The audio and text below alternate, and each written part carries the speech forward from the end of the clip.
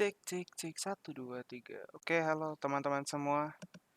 Selamat datang di tutorial kali ini dengan saya Luce. Em, Hari ini jadi ini bagian dari apa ya? Semacam kayak updatean tutorial tahun lalu. Di mana gua tahun lalu itu bikin tutorial seputar tentang BOS, yaitu Bifrost Ocean Simulation System. Oke, yang pertama-tama, jadi fungsi BOS itu gunanya buat ketika mau bikin air, maksudnya semacam laut, tapi yang tidak disimulasi dengan partikel. Jadi hanya melalui mesh dan geometri sebuah hanya melalui mesh aja gitu. Jadi yang di deform itu cuma meshnya doang. Nah, Bifrostnya itu sendiri itu sebuah apa ya? Sebuah fitur untuk bikin air di maya yang berdasarkan partikel. Cuma yang bosnya ini bagian dari Bifrost juga, cuma ini kayak versi apa ya untuk bikin meshnya yang jadi laut gitu. Ya dari namanya udah ocean ya. Ya sebenarnya implementasinya nggak cuma laut, tapi bisa untuk yang lain-lain. Oke, jadi di boss ini pertama-tama kita define ininya dulu menentukan scale-nya. Oke, di sini gue pakai scale 30. Dan untuk pakai boss ini kita perlu poligon yang banyak. Kenapa begitu? Karena semakin tinggi poligonnya, semakin tinggi resolusi yang dihasilkan. Cuma ya kalau tinggi-tinggi juga nggak sesuai kebutuhannya, itu juga namanya uh, apa ya sia-sia. Karena yang dibutuhin di sini itu secukupnya aja. Misal kayak aku 150, oke jangan 150, mungkin 100 cukup. Nah, mungkin aku akan matiin grid-nya. Oke, terus di sini ada tab FX. Di sini ada tab FX, lalu di tab FX ini nanti di sini ada banyak elemen-elemen FX, tapi yang kita pakai saat ini hanya Bifrost Fluid saja. Maaf, bos. Di sini ada bos. Oke, jadi di bos ini uh, ada namanya bos editor. Ini fungsinya buat mengedit gelombang yang kita hasilkan dari bos tersebut. Nah, buat yang bos yang nggak ada, kita ke ini dulu nih, ke Windows, Setting Preferences, habis itu ada Plugin Manager, habis itu kita search namanya Bifrost. Bifrost, tulisannya BIF. Kalian tulis BIF aja nanti juga keluar. Nanti ini di load sama auto load. Habis itu ada juga bosnya sendiri, itu juga di load sama auto load. Bifrost bos ini kan bagian dari Bifrost, jadi kalian juga harus add Bifrost ya.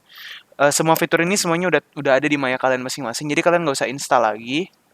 Nah, setelah itu kita refresh, nanti ada bos di sini, kita klik bos editor. Jangan lupa ini ada bos ripple wave generatornya. Ini kita select dulu, geometri kita select, jangan lupa. Habis itu kita kasih create spectral wave. Nah, fungsinya ini dia buat ngegenerate ombak yang tadi kita butuhin. Nah, nanti ketika di play, nah dia udah otomatis gerak. Tapi kan kita mau bikin ini jadi laut atau jadi sungai.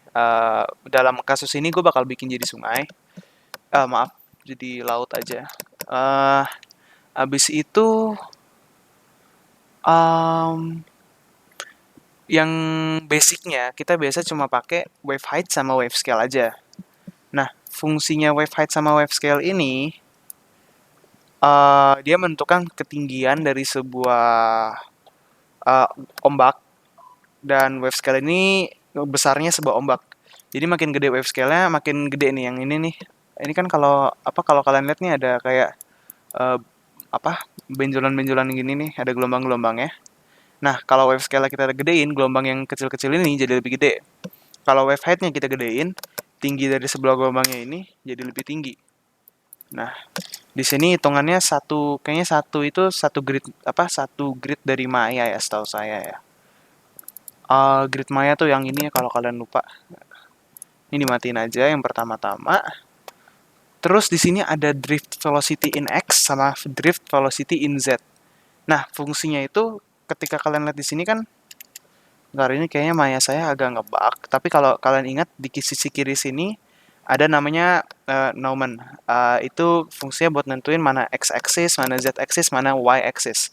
Nah, ketika kalian drift velocity-nya yang x dinaikin jadi 10, maka dia akan mengikuti arah angin ke x-axis.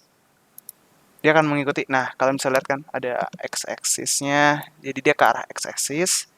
Habis itu ada lagi wind speed. Ini untuk menentukan kecepatan angin. Misal aku mau bikin lebih cepat, ada juga wind direction degrees, itu berdasarkan derajat. Jadi 0 sampai 360 derajat. Di sini mungkin gue akan pakai 45, jadi dia agak kayak diagonal miring-miring gitu. Nah, oke. Ini cuma sebagai contoh, jadi gue nggak mungkin akan kasih sedikit aja arahan ke sana. Nah, ini jangan lupa dicentang. Use horizontal displacement ini setauku itu kayak bikin ombaknya jadi agak kelihatan lebih sharp gitu. Nah, coba kita gedein. Ininya kita juga gedein. Nah, ketika kita play nanti akan jadi sebuah ombak. Nah, kalian tinggal main-mainin aja parameter di sini yang tadi aku jelasin itu juga udah cukup. Ini juga ada resolution. Biasanya resolution ini kelipatan dari 512, 512, 1024, 2048, dan seterusnya. Tapi gue nggak mau pakai kenceng-kenceng, cukup segini aja biar ringan. Di sini juga ada start frame. Start frame-nya ini untuk menentukan kita mulai dari frame berapa. Di sini frame 2, tapi sebenarnya kita mulai dari frame 1. Oleh karena itu kita ubah jadi frame 1. Di sini juga ada gravitasi, tapi gravitasi biasanya gue nggak mainin banyak ya, soalnya gravitasi itu ya normalnya memang 9,8, tapi kayak ya emang kadang-kadang aja gantinya. Oke, sementara itu di sini juga ada form, tapi ini mungkin akan gue buat pembelajaran selanjutnya karena em, beda elemen yang pertama. Dan habis itu di sini juga ada use collider. Nanti ini juga mungkin akan di pembelajaran selanjutnya. Tapi yang sementara ini untuk basicnya seperti ini. Nah, untuk renderingnya juga ada caranya, yaitu kita ke assign new material. Kalau kalian nggak ada Arnold di sini, nah kalau nggak ada Arnold, kalian bisa ke plugin manager lagi. Di situ ada namanya MTOA, Maya to Arnold. MTOA. Ini harus di load sama auto load juga. Nah, setelah kita ada, nanti di sini ada AI Standard Surface. Nah, kita klik. Kan tadi kita udah assign new material kan? Nah, kita klik. Abis itu, biar cepat, kita ada namanya preset. Nah, di preset ini kalian cari yang deep water. Nah, ini kita replace, nanti dia bakal jadi ada shader air. Nah, ini kan terlihat transparan ya. Untuk cek shadernya, kita bisa ke Skydome, add Skydome. Abis itu ke color, ke file, terus kita cari HDRI yang kita mau.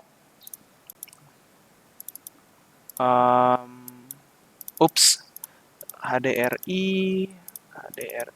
misal yang cepat, Venice. Mana Venice Sunrise? Ini, ada HDRI.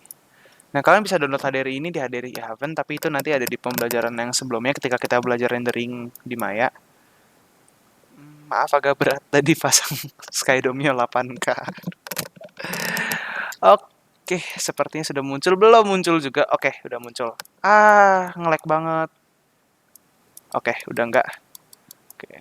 Kita sebenarnya pasang kamera, cuma karena saya agak males pasang kamera, karena ini hanya untuk tes aja. Nah, ini kameranya visibility jangan lupa dinolin, jadi backgroundnya nggak keikut render. Terus kita ke Arnold Render View. Nanti kita cek ada nggak ya, ada nggak ya, ada nggak ya, ada nggak ya. Harus ada sih, tadi kan udah gue kasih skydome, jadi ada lampu. Nah, kalau kalian nggak kasih sky, nah ini kan jadi shader air ya. Nah, ini nanti bisa kalian tweak-tweak sendiri shadernya.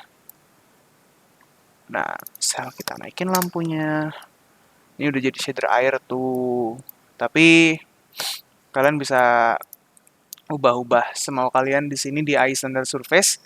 Di sini ada spekular, tapi ini kayak pembelajaran selanjutnya ya, soalnya ini udah mulai masuk ke dalam apa? Udah masuk ke shading ya. Karena ini kan kita hari ini fokus utamanya belajar boss aja.